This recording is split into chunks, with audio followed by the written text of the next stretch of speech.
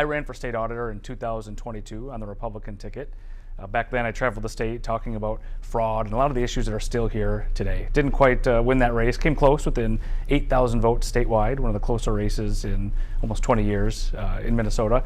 And I looked at this race, and when Lisa Demuth got in, said, that's somebody I want to be able to help. And so when she asked me to join her ticket as her lieutenant governor, I said, I'm all in. What can I do to help you, to spread your message around the state and to help, making Minnesota a stronger and better place for Minnesotans? What is your plan once you get into office to show transparency to taxpayers and reassure that, this problem of fraud in Minnesota is being tackled? Yeah, I think the big thing is changing the culture of fraud, right? And so we had a new commissioner, or Governor Wallace appointed a new commissioner that came in that was the person that was previously responsible for ensuring compliance with federal programs. The very problem that's making nationwide news, rather than getting rid of those people, they're being elevated and promoted. So step number one is we've got to clean house. Anybody that had anything to do with this fraud, whether it be negligence, recklessness, whatever it was, if they knew about it, we need to put new people in place. What is your philosophy of the relationship between Minnesota local law enforcement and federal law enforcement as they conduct their duties here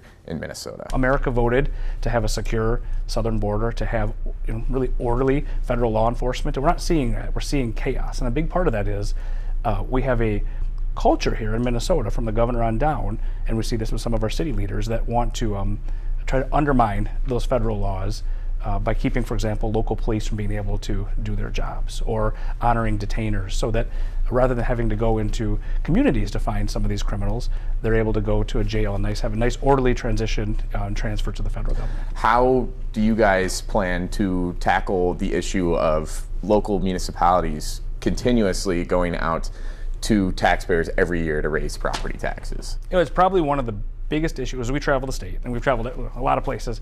It's one of the bigger issues we hear is people are property taxes. Why do they keep going up year over year? What is happening?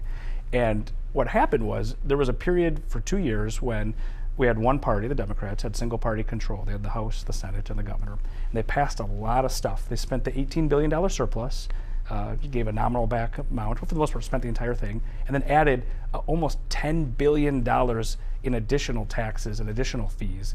A lot of those are coming into effect now, and we're starting to see that show up in our property tax. And so what happened was there were unfunded mandates that were put onto our counties, and then those counties are stuck having to fill those mandates, and the only way they can do it is by raising taxes. And so part of what we'll do is start to unwind some of those mandates.